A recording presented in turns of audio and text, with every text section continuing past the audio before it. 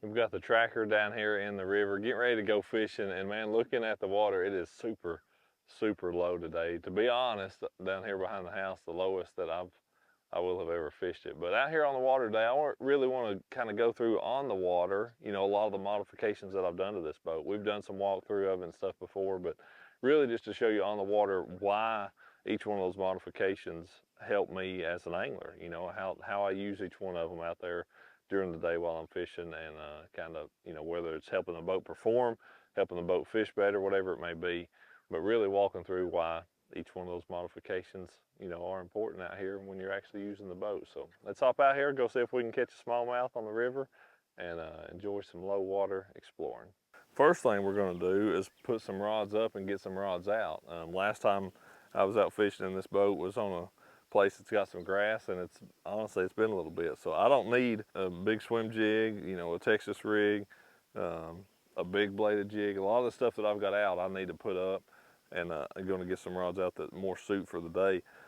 And that's something I really like about this boat. I've got a big rod box here that I'm going to show you that I'm able to keep everything that I would possibly want in for this thing. So, you know, having a really good rod storage on an aluminum boat is something that I think a lot of them miss, you know, or just don't really see the purpose of having maybe. So being able to have this all you know, anything I could possibly want in here, put away, tucked away, and it just makes it for an easy way to organize my stuff. And there's the top water.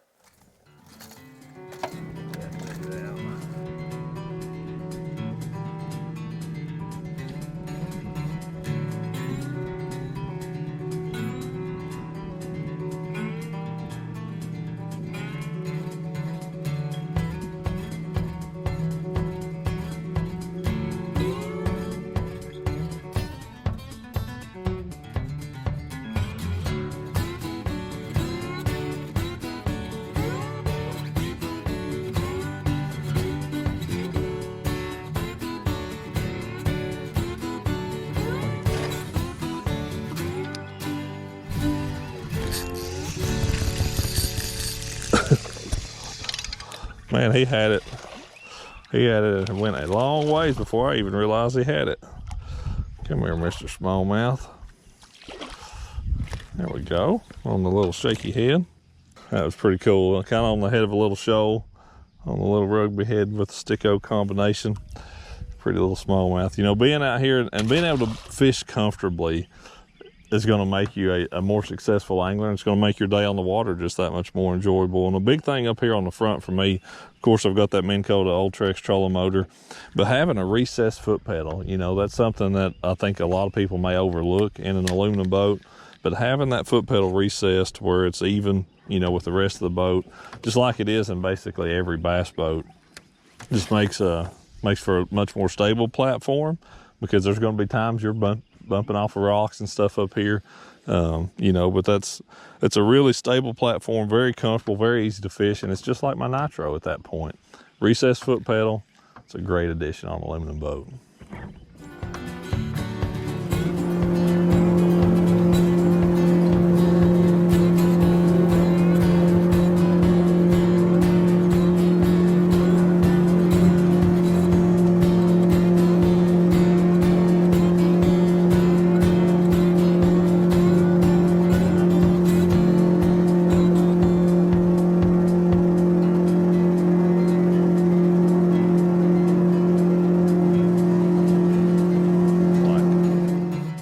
Look.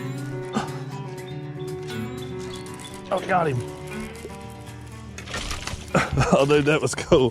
That fish come up out of nowhere, come up on that glide bait, and he actually missed it the first time, and I just kind of kept twitching it, then come back and got it. It's just a trout colored glide bait. Not a huge fish by any means, but it's so cool just to watch all of that happen. It's really fun to it's such a visual way to catch them, you know, on a glide like that. It's might as well be a top water, but sometimes even cooler just because it's such a big bait. That was really, really sweet. Awesome. He wasn't done jumping yet. Man, that's pretty sweet.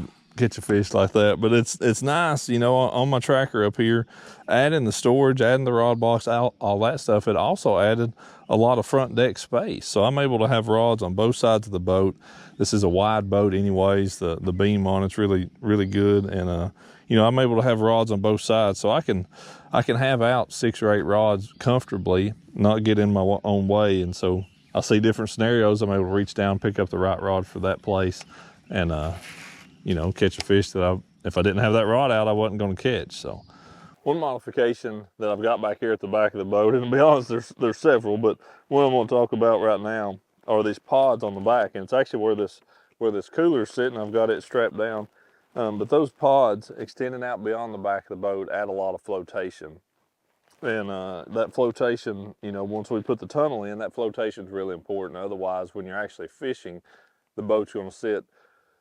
I'm going to say that they raise the back of the boat 3 or 4 inches. I don't know exactly, but it's a pretty significant amount, you know, at rest. So that's one major benefit, truly the biggest benefit to those pods, in my opinion. Another is when you're actually taking off, they kind of act like willy bars, you could almost say, because they're only going to allow the bow of the boat to raise up so much. They're kind of extending out and going to help push that nose back over some. So, but the flotation that you add with those is huge. You know, that planing surface is another big deal, as well as the fact that it gives you a place to put something like a cooler. That way it's not taking up floor space in here inside the boat or anything. I'm able to kind of put it out there. It's safe. It stays there when I travel down the interstate. I've just got it bungee corded in there to that cleat. And then the other part of it is, you know, with the jet, on occasion you'll get grass or leaves or whatever stuck in there. I'm able to step out on that pod, trim the motor up, and be able to clean it easily. So a lot of benefits to having pods on the back of the boat on my tracker. Up here on the front, something that is super handy, a great place for me to keep bags of soft baits that I'm using, you know, for that day out here on the river. No surprise that a Sticko's been a big part of it.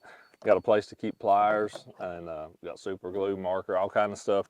You got a tackle caddy from Real Blaze up here on both sides of the front of the boat, and I've got them slid all the way forward. That way it gives me enough room for my rods there on those rod straps. But just a great place to put those to where I can keep that stuff that I'm using. I can just literally reach down, grab a new worm, put it on the hook, and get right back to fishing. The stuff that stays in there when I go down the road too, you know, so it's a very safe place to keep anything like that up here. Super easy to get to. There's another one in between the logs right up here. Ooh, what's that dude doing? See that? That was a bass. I thought it was a sucker. He turned sideways. Uh-huh. White colored smallmouth. You see those suckers do that? Yeah. There we go. Oh yeah. That's one of those good ones off that brush.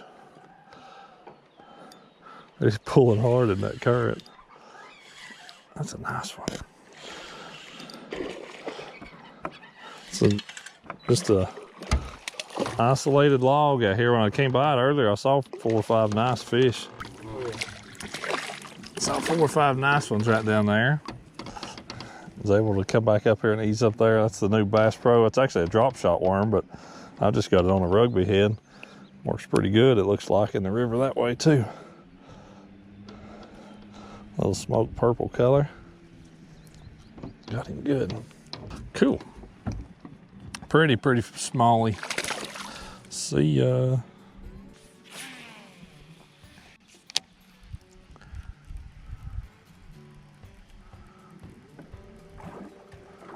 Like stuff like what we come through right up there.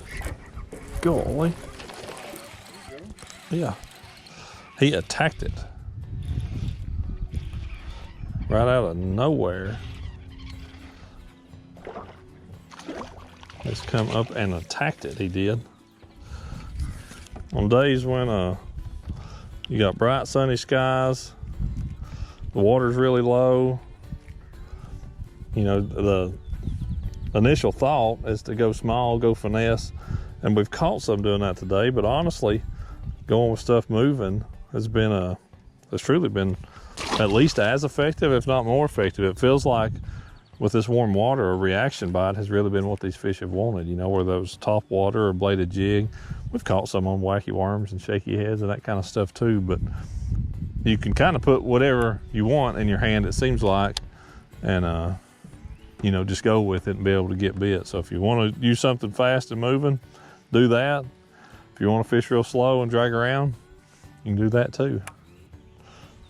Well, that wraps up what I would call a pretty fantastic day on the river, man. We caught a bunch of fish, a bunch of them, and we caught some really nice ones. No huge ones, but we caught a lot of real nice ones. Caught a mix of some largemouth, plenty of smallmouth, and caught them on several different things. Caught them from top water to stuff dragging on the bottom. But you know, this boat is it's certainly something that I enjoy spending time in.